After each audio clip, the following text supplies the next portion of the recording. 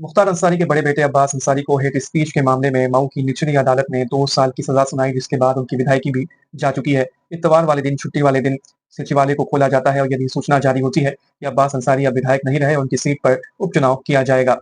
वहीं इससे पहले सजा मिलने के बाद अब्बास अंसारी के सोशल मीडिया हैंडल से एक पोस्ट बड़ी तेजी से वायरल होती है, जिसमें लिखा होता है कि अज़ाइम जिनके ऊंचे और ऊंचे बख्त होते हैं, अज़ाइम ये पुख्ता इरादे को कहते हैं और बख्त किस्मत को कहते हैं।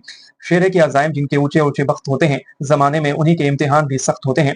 आज मऊ की सीजीएम कोर्ट ने माननीय विधायक अब्बास अंसारी को दोषी पाते हुए 2 साल की सजा सुनाई और चाचा मंसूर अंसारी को दोषी पाते हुए 6 महीने की सजा सुनाई। गौरतलब है कि माननीय विधायक अब्बास अंसारी जितनी सजा है, उससे अधिक यानी 2 साल से कुछ अधिक विचाराधीन बंदी के रूप में कारागार में रह चुके हैं। इसलिए अदालत ने उनको और उनके चाचा को भी जमानत पर रिहा कर दिया।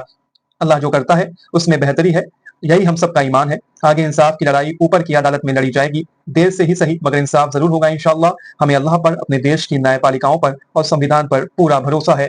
जय हिंद।